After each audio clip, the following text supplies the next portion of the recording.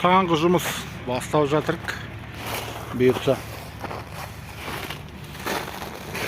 Мына бутовка енеді. Сосын бір-екі пайда көтереміз. Пакет қойып дальше көтереміз ғой. В общем, бутовка.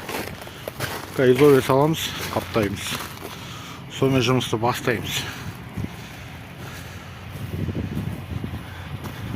Дұрысынан.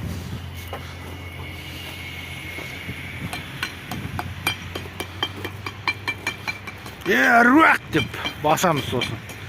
Кеше біреу айтып отыр еді, аруақ деп айтпа деп, Аллаху акбар деп айт дейді бір құрдасымыз.